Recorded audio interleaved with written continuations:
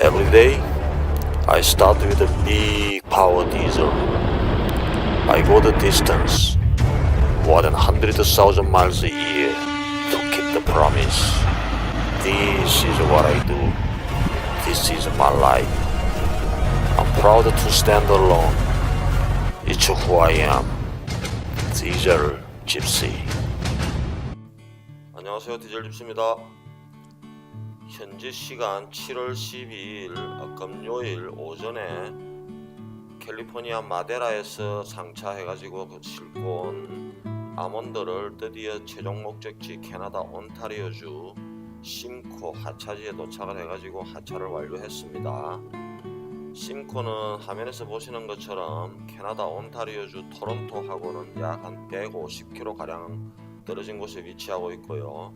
5대5 중에 하나죠. 1~2호 레이크 유리의 가장자리에 위치해가지고 있는 그런 도시입니다.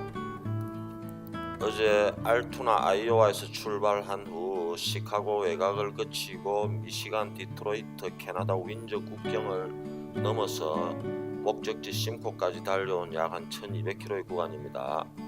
아몬드 출입의 총 정리 시간을 한번 가져보겠습니다. 지난 월요일 캘리포니아 마데라에서 아몬드를 한 주엘라 상차를 했습니다.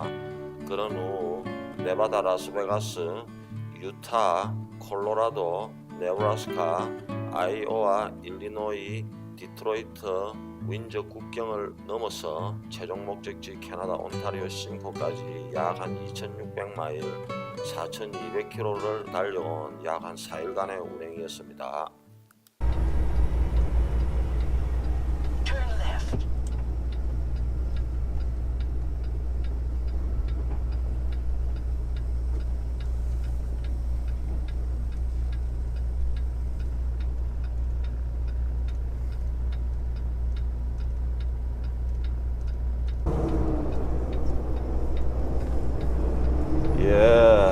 다시 출발을 해봅니다. 햇살은 쨍쨍하고 바람은 살랑살랑 불고 또다시 저는 먼 길을 나서 봅니다.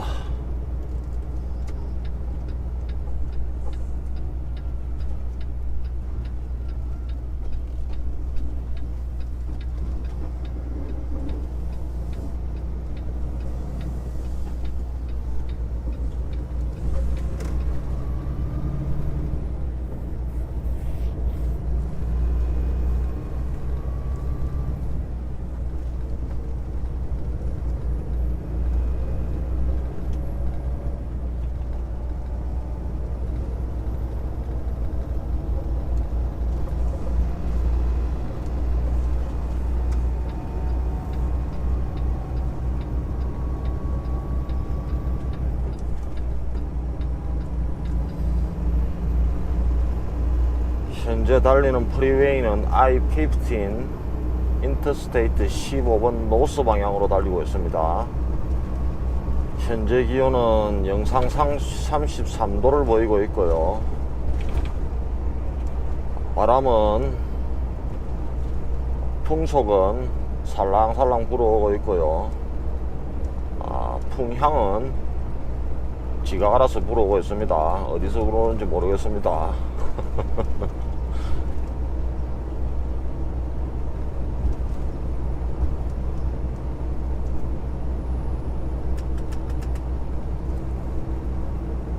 지금 현재 달리고 있는 요 구간이 유타주에서 그나마 있는 평지 구간입니다. 앞에 사방이 산들로 다 막혀 있죠. 저 산들을 넘어야 저는 콜로라도를 입성할 수 있습니다. 며칠 전에 내가 대충 말씀드렸죠. 캐나다도 지금 경기가 상당히 많이 안 좋습니다. 많이 안 좋은데 그나마 지금 명맥을 유지하고 있는 게 요 트러킹 쪽입니다. 트럭 운수 쪽인데 그 이유는 제가 대충 설명드렸죠. 요 미국이나 캐나다는 특성상 모든 물류의 80% 이상을 트럭이 다 담당을 하고 있습니다.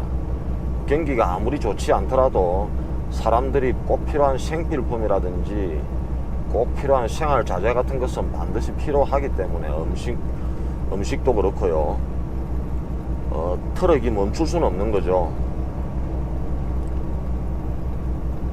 2008년도 캐나다 트러킹 협회 슬로건이 아마 그거였을 겁니다. 캐나다 moves by the truck. 캐나다는 트럭이 움직이고 있다는 아무튼 뭐 그런 슬로건이었죠.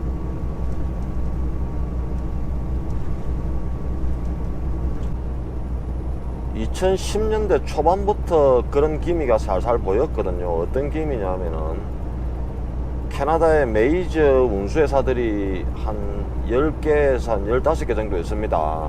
누구든지 이름만 대면 알만한 그런 회사들이요. 그런 회사들에서 대다수인지 뭐 일부 회사인지는 모르겠는데 제가 아는 몇몇 회사들 같은 경우 유럽 있죠. 유럽 저 폴란드하고 어디더라 또 아무튼 거기다 현지 사무실을 개설을 했더라고요. 거기다가 현지 사무실을 상시 오픈을 해놓고 유럽에서 그 나름대로 롱홀 출입을 하고 있는 트러크들이 있지 않습니까?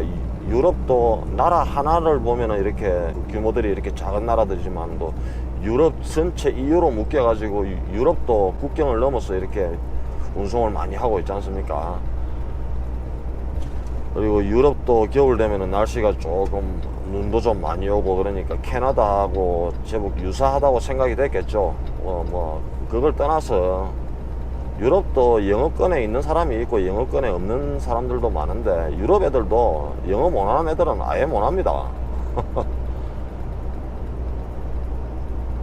러시아 애들이나 그런 애들도 뭐 여기 와갖고 조금 살아온 사람들은 뭐 이렇게 저처럼 이렇게 띄엄띄엄 대충 이렇게 몇 마디씩 하고 사는데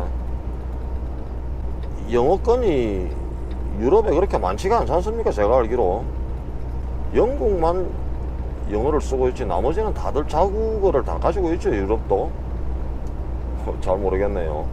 아무튼 그 유럽 사람들이 그러니까 다국어에 능해요. 보면은 그러니까 뭐 자기 모국어 하나 하고 제2 외국어 한두 개씩은 다들 이렇게 하고 살더라고요.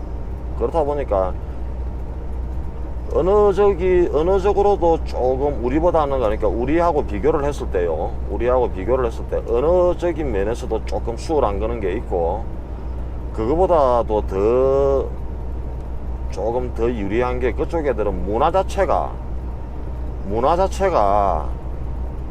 뭐 이렇게 100% 동일하진 않지만은 또 다들 비슷비슷합니다. 어차피 유럽 문화가 미국이나 캐나다로 넘어와 가지고 살게 된 거니까요. 조금씩 다르지만은 또 크게 보면은 뭐 크게 그렇게 많이 다르진 않아요. 보면은 저 뭐 스코티시들처럼 퀼트 그 모스마들이 퀼트 안에 팬티도 안 입고 입는 그런 특이한 의상 문화 그런 거를 제외하고서는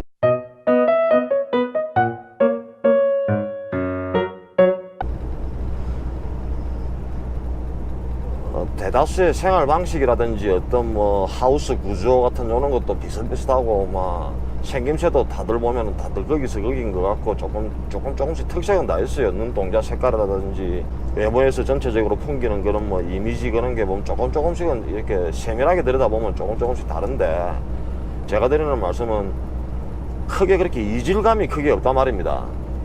캐네디언들하고 유럽 사람들하고요. 그리고 유럽은 저 폴란드에 가고 사무실을 딱 차려놓고 있으면 우선 거기서 그 폴란드를 뭐 경유해 가지고 가는 그러니까 다른 제3국 드라이버 예를 들어 뭐 독일 드라이버든지 영국 드라이버든지 우크라이나 드라이버든지 러시아 드라이버든지 아무튼 그런 드라이버들을 그러니까 한 곳에 앉아 가지고 다양한 드라이버들을 갖다가 채용할 수 있는 그런 기회를 가질 수 있는 거죠. 유럽에서 그러니까 바로 자기들이 채용을 해가지고 바로 고용해가지고 바로 이렇게 데리고 오는 그런 시스템을 지금 서서히 지금 구축들을 많이들 하고 있습니다.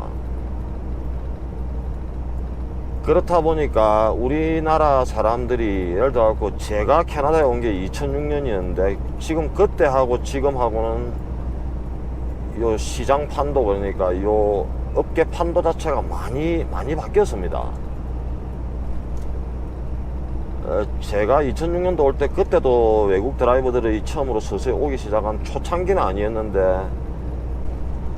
아니었지만 또 근데 시작된 지 얼마 안 됐을 때거든요. 그러니까 저런 대규모 회사들에서도 사람을 어떤 식으로 효율적으로 채용해야지 하는 그런 나름대로 틀이 안 갖춰진 상태였죠. 그렇다 보니까 제가 들어올 때는 그냥 관광으로 들어와 가지고 말만 몇 마디 하고 경력만 조금 있고 그 자기 자신을 어필할 수 있을 정도만 되고 이리 되면은 그때 나름대로도 뭐 취업이 어렵게 하신 분들은 되게 어렵게들 하셨어요. 뭐 저 같은 경우는 뭐 너무 수월하게 일사천리로 일이 이렇게 다 풀려버렸는데, 나름대로도 그때도 이렇게 뭐 고충은 있었겠지만 지금보다는 많이 쉬웠습니다.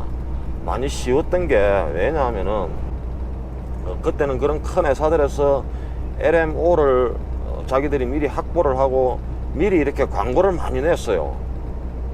그러니까 캐나다 현지에다 광고를 많이 낸 거죠.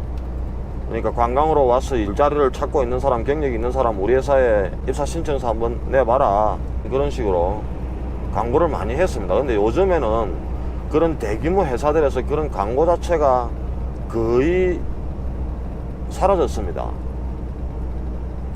사라진 이유가 아까 말씀드린 대로 신규 외국 드라이버를 외국에서 이렇게 데리고 오는 아무튼 그런 셈이죠. 그런 현상이 캐네디언들도, 그러니까 젊은 친구, 이제 막 20대나 30대 그런 친구들이 요 일 자체를 안 하려고 하는 겁니다.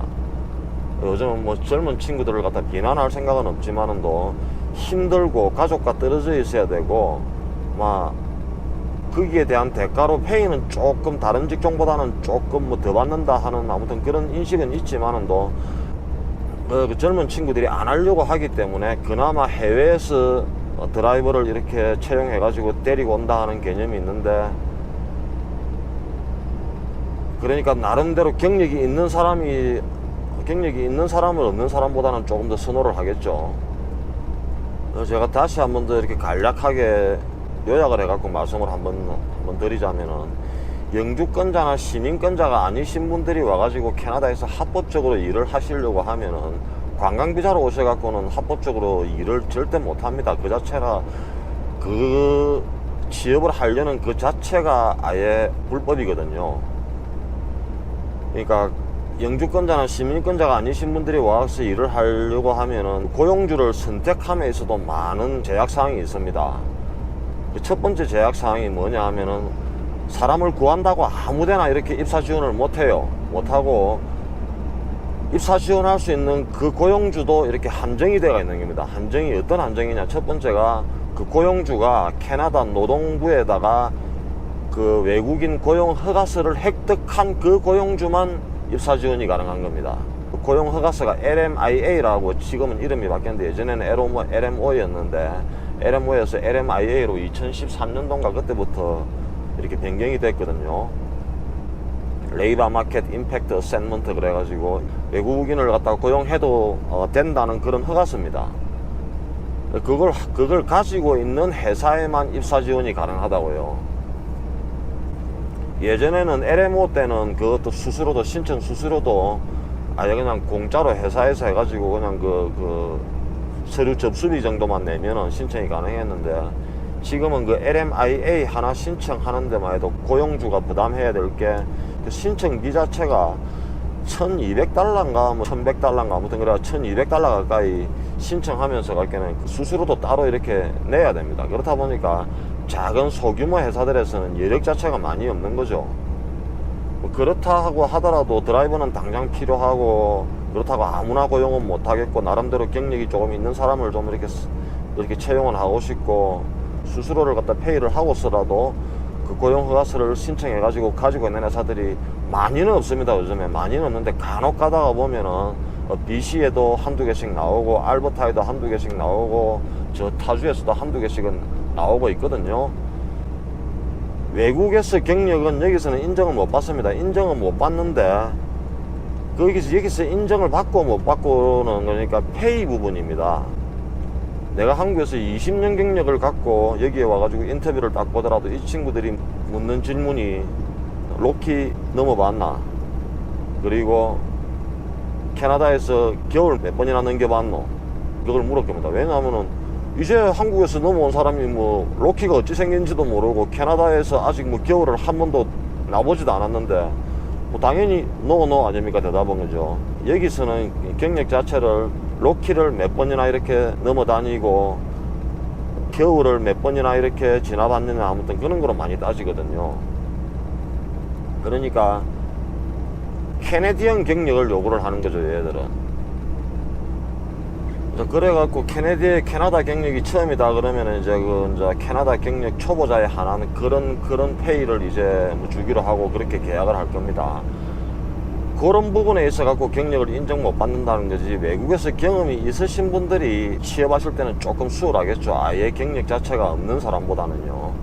그리고 캐나다에서 이게 트럭 드라이버가 참 뭐 절차가 좀 애매하게 되어 있습니다. 제가 전에도 항상 영상에서 몇 번 말씀드렸는데 그걸 조금 손을 봐줄 만도 한데 아직도 요 캐나다 정부에서 그걸 손을 갖다 볼 기미가 안 보여요. 이 트럭 드라이버들은 와서 일을 하려면은 라이센스가 반드시 있어야 됩니다. 어느 나라든지 마찬가지죠. 운전 면허증이 있어야 되는데 면허증 자체가 취업을 하기 그전에는 면허증을 획득할 수 있는 방법 자체가 없어요. 우선 면허증도 없는 상태부터 취업부터 해야 됩니다. 취업을 하고 나면은 그 워크 퍼밋이라 하는 게 내 여권에 조그만하게 하나 이렇게 붙어가 나오거든요. 그 워크 퍼밋을 기준으로 가지고 그 워크 퍼밋을 가지고 이 나라 운전 면허증 그 관리 그 당국에 가야 클래스 5를 처음에 이렇게 교환을 해줍니다. 그 관광비자로 오셔갖고는 클래스 5 자체를 교환을 못해요. 그 클래스 5가 우리나라로 치면은 1종 보통이나 뭐 2종 보통 그러니까 작은 승용차들을 운전할 수 있는 그런 라이센스인데 그걸 먼저 가지고 있어야 클래스 1을 접수를 볼 수가 있는데 면허증 자체가 교환 자체가 안 되다 보니까 클래스 1 자체를 취득을 할 수 있는 길 자체가 없어요. 그래서 제가 영상에서 항상 뭐 취업부터 먼저 하시고 그 다음에 라이센스를 따셔야 됩니다 그러면 사람들이 이해를 못 하시고 저한테 다 계속 이렇게 뭐 질문을 주시는 분들도 가끔씩 있어요. 아니 면허증도 없는 상태에서 취업이 그게 가능하냐, 그리고 취업이 됐을 시에 그 사람이 면허증 그 따가지고 오는 기간 동안 회사에서 기다려주나, 그런 식의 질문들도 좀 저한테 많이 주시고 하는데 예전에는 다 기다려줬습니다. 회사들에서도 시스템이 그렇게 뭐 되어 있다는 걸 알고 있기 때문에 회사에서도 한두 달씩은 그렇게 기다려줍니다. 기다려주는데 지금 같은 경우는 저 인도나 러시아 드라이버들 같은 경우 어떤 식으로 와가지고 라이센스를 취득을 해가지고 가지고 있는 사람들이 캐나다에서 실제 트럭 경험은 없는데 라이센스를 가지고 있는 사람들이 아마 숫자적으로 제법 될 겁니다. 지금요. 그리고 그 사람들이 뭐 그걸 갖다가 어떤 편법을 사용해서 그 라이센스를 가지고 있는 건 아니고, 그러니까 처음에 캐나다를 들어올 당시에 다른 쪽으로 해갖고 들어왔던 거죠. 뭐 저 식당이나 레스토랑이나 호텔이나 안 그러면 저 뭐 건설 현장이나 그쪽으로 들어와 있다가, 그러니까 그쪽으로 합법적으로 체류하면서 클래스 1을 자기가 이렇게 따로 시간을 들여갖고 따로 이렇게 라이센스를 취득을 해놓은 사람들입니다. 그 중에서는 영주권을 확보한 사람도 있고 영주권을 확보하지 않은 사람들도 있겠죠. 그러니까 그런 사람들하고 경쟁해서 밀리는 겁니다. 우선 내가 영어도 어느 정도 된다고 가정을 했을 시에 가갖고 잡 인터뷰를 딱 봐갖고 오케이 우리 니 고용할게. 근데 라이센스 있나? 아니 라이센스 없다. 우선 내 입장으로서는 야 우선 그 뭐 고용부터 해줘. 내를 갖다 고용해주면 가갖고 라이센스 바로 이렇게 가져올게. 그렇게 말을 할 때 고용주 입장에서는 지금 당장 이 사람을 쓰면은 한두 달 후에나 일을 할 수 있고, 한두 달 후에 가고 라이센스를 이렇게 이 사람이 가져와야 일을 시킬 수가 있고, 그리고 예를 들어 제3국 뭐 러시아나 인도나 나는 아직 영주권은 없다. 그런데 클래스 1 라이센스는 있다. 그러면은 그 사람들을 선택할 확률이 좀 더 높아지지 않겠습니까? 그죠? 그래서 지금은 트럭 드라이버로 이렇게 무작정 오셔가지고 관광비자로 들어오셔가지고 트럭 드라이버로 이렇게 취업을 해가지고 LMIA를 가지고 있는 회사를 골라가지고 입사 지원을 한 다음에 거기서 워크 퍼밋을 받아가지고 라이센스를 취득하고, 그게 FM적인 아주 그게 FM적인 아무튼 그런 방식이죠. 그런 방식으로 해가지고 취업을 해가지고 영주권을 받기가 지금은 굉장히 힘들 겁니다. 힘이 들 뿐이지 전혀 불가능한 일은 아닙니다. 확률적으로 우리가 경쟁을 두고 봐야 될 상대는 그러니까 캐나다에 있는 운수 회사가 아니고 트럭 회사가 아니고 제3국에서 내하고 똑같은 이런 상황에서 직장을 구하고 있는 그 사람들하고 경쟁을 해야 되지 않습니까? 그죠? 그렇다 보니까 그 사람들한테 이렇게 서로 경쟁을 해봤을 때 경쟁력 자체가 조금 이렇게 미달되는 거죠. 그래서 제가 드리는 말씀이 굳이 캐나다에 오셔갖고 트럭으로 영주권을 한번 신청해가지고 내 식구를 다 불러들여가지고 애들도 좀 자유롭게 공부도 시키고 굳이 트럭 드라이버로서 이렇게 하시고자 하시는 분들은 제 생각인데 그냥 다른 쪽으로 영주권을 한번 알아보셔가지고, 왜냐하면 트럭 드라이버 말고도 다른 쪽도 영주권을 취득할 수 있는 그런 길은 많습니다. 트럭 드라이버는 요 라이센스 요거 때문에 굉장히 많이 지금 애로사항이 많습니다. 그리고 제가 몇 달 전에 말씀드렸는데 캐나다 이제 전체 주에서 지금 아직 제가 살고 있는 BC주하고 마니토바 주에서는 아직 그 멜트 프로그램을 아직까지는 시행하지 않고, 나머지 그러니까 온타리오, 사스카추안, 알버타에서는 이미 시행을 했는데, 들리는 말에는 제가 살고 있는 저 BC주도 올 연말부터 멜트 프로그램을 도입한다는 그런 말이 나왔어요. 멜트 프로그램을 딱 도입해가지고 적용하는 순간 라이센스 따기가 굉장히 힘들어집니다. 이거는 내가 운전을 할 수 있고 나는 잘한다 못한다 그게 상관이 없고 누구한테 인정을 받아야 되는 겁니다. 그 인정을 받아야 되는 인정기관 자체가 트럭 드라이빙 스쿨, 그러니까 운전면허 학원이죠. 학원에 반드시 등록을 해가지고 정상적으로 시스템화된 그런 교육을 받고 나온 사람들한테만 응시 자격을 주는 겁니다. 그러니까 그게 최하 $8,000에서 많게는 $12,000까지 비용이 소요가 된다 그래요. 저 알버타 같은 경우. 그러면은 라이센스를 그 돈을 주고 따가지고 지금 제가 요 일을 하고 있는 입장에서는 그렇게 추천드리고 싶진 않네요. 다른 일반적인 그런 직장들보다는 페이가 조금 더 많은 거는 사실입니다. 많은 거는 사실인데 이 일 자체가 그렇게 만만한 일이 아니지 않습니까? 일이 힘들어서 못하고 그런 건 아니지만 또 우선 내가 일을 하는 그 근무 환경 자체가 그렇게 만만하고 말캉말캉한 그런 환경은 아니지 않습니까?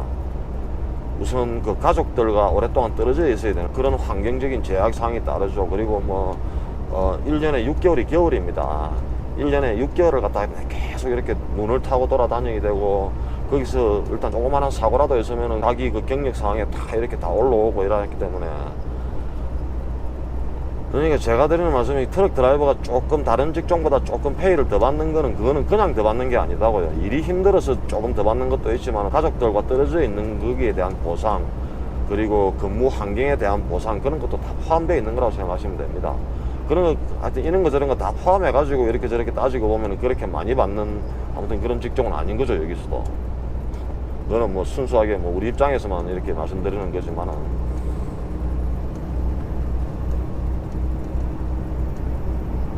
아무튼 다른 쪽으로 영주권을 받으셔가지고 오셔가지고 하시는 그런 방법들도 있습니다. 다른 쪽도 많거든요. 굳이 어떤 이러한 그 장비 같은 요런 걸 다루시는 분들 같은 경우는 트럭 드라이버 말고 중장비 기사들이 있죠. 한국으로 치면은 포크레인 기사, 불도저 기사, 페이로드 기사, 그런 분들요. 그런 분들이 트럭 드라이버보다는 훨씬 더 취업 자체가 더 쉽습니다. 왜냐, 캐나다에는 중장비 자격증 자체가 없습니다. 그거 진짜 희한하죠. 우리는 굴삭기 자격증, 불도저 자격증, 페이로다 자격증, 지게차 자격증, 이런 식으로 다 이렇게 세분화되어 있지 않습니까? 캐나다는 그런 자격증 자체가 아예 없습니다. 자격증이 없고 학원 수료증으로 처음에는 취직을 하고요. 그 다음에 회사를 옮길 때 반드시 요구되는 게 추천서입니다. 전 직장 추천서. 그러니까 그게 경력 증명서죠. 영어로 말하면은 레퍼런스 레터라는 게 있는데, 레퍼런스 레터를 가지고 이 사람들은 자기들 경력을 다 인정받는 거예요. 그래, 그 중장비 드라이버가 몇 달 전에 알버타에서 제법 규모가 큰 회사에서 LMO를 15장 확보했다고 광고가 쫙쫙 나오더라고요. 그때 제가 그 방송에다 대고 제가 유튜브에다 영상을 한번 올려드리려 하다가, 제가 무슨 이주공사도 아니고 이주공사 알선생이 비슷한 그런 이미지를 사람들한테 오해를 살까봐 그냥 아예 그냥 그런 쪽은 말았거든요. 혹시 그쪽에서 관련 있으신 분들은 이쪽에서 지금 이러한 사람들을 구하고 있으니까 한번 신청해 보세요 하고 제가 그때 알려드리려고 하다가, 하도 무슨 말을 하고 이러면은 그걸 갖다가 이렇게 곡해를 하고 이러시는 분들이 많아가지고 그때 제가 그걸 조금 이렇게 안 올렸거든요. 근데 저 중장비 업체에서 LMO를 그렇게 많이는 안 나옵니다. 많이는 안 나오는데 가끔씩 보면 나오거든요. 그런 분들은 와가지고, 그런 거는 여기서는 라이센스가 필요 없습니다. 캐나다에서는 라이센스가 필요 없고 자기 경력만 증명만 받으면 오케이입니다. 그분들은. 경력 증명이 뭐가 있습니까? 실제 중장비 올라가가지고 실제 작업하는 모습 한 번만, 한 10분만 딱 이렇게 앉아가지고 벌써 핸들 레바 조작하고, 그 뭐 포크레인이다 그러면 우선 그 땅을 파는 그 딱 자세만 보더라도 이 사람이 뭐 어느 정도 경력이 된다는 거 딱 보면 알지 않습니까? 잘 하시는 분들은. 그러니까 실제로 안 하신 분들이 내가 했다 하고 이렇게 거짓으로 하고는 그거는 안 되는 거고요. 그거는 해봤자 금방 이렇게 달로 나가지고 안 되는 거고, 실제로 중장비 운전을 잘 하시고 그러시는 분들은 차라리 트럭보다는 중장비가 훨씬 더 쉬울 거예요.